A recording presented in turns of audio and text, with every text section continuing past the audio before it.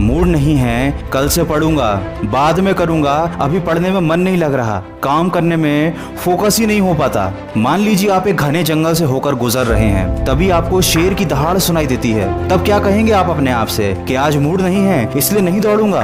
अपने दोस्तों के साथ बातें करते वक्त, मोबाइल पर गेम खेलते वक्त, टीवी देखते वक्त और सोशल मीडिया पर अपना समय बर्बाद करते वक्त ये कभी नहीं कहते कि मूड नहीं है, लेकिन सिर्फ पढ़ाई करते वक्त ही क्यों कहते हो कि तुम्हारा मन नहीं है। ऐसा इसलिए क्योंकि पढ़ाई करना आसान नहीं है, गेम खेलना आसान है, बातें बनाना आसान है, बहाने बनाना आसान है। हमारे पास बहुत सारे ऑप्शन हैं, इसीलिए पढ़ाई करने में मन नहीं लगता। ये बात हमेशा याद रखना कि अगर आसान काम करके कोई सफल हो पाता तो आज हर कोई सफल होता। जरूरी कामों को टालना असफलता की सबसे बड़ी वजह है। जीवन मिला है तो कुछ बेहतर करके दिखाओ। सोकर टाइम पास करके यूं अपना वक्त ना गंवाओ। वक्त एक बार बीत गया तो दोबारा वापस नहीं आएगा और रोते रह जाओगे, लेकिन जीवन दोबारा सुधारा नहीं जाएगा। सपने देखने वालों के लिए रातें छोटी पड़ जाती हैं, लेकिन सपने पूरे करने वालों के लिए दिन और रात दोनों छोटे पड़ जाते हैं। जहां आम लोगों को अलार्म उठाता है, वहीं अपने काम के लिए पागल लोगों को उनके सपने उठा देते हैं। कई लोगों को मैंने कहते सुना है कि मेरे सपने बहुत बड़े बड़े हैं, मुझे बहुत बड़ी पोस्ट पर जाना है, लेकिन मेरा काम में और पढ़ाई में मन नहीं लगता।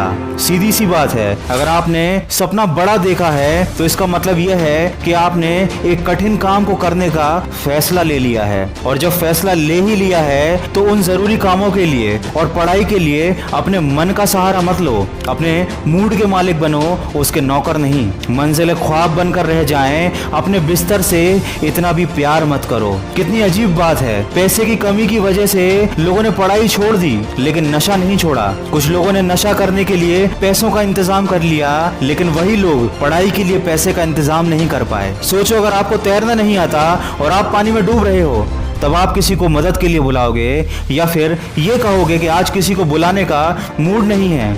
नहीं ना, क्योंकि तुम्हारे पास कोई ऑप्शन नहीं है। ठीक वैसे ही अगर जिंदगी में सफलता पानी है तो मेहनत के अलावा कोई ऑप्शन नहीं रखो।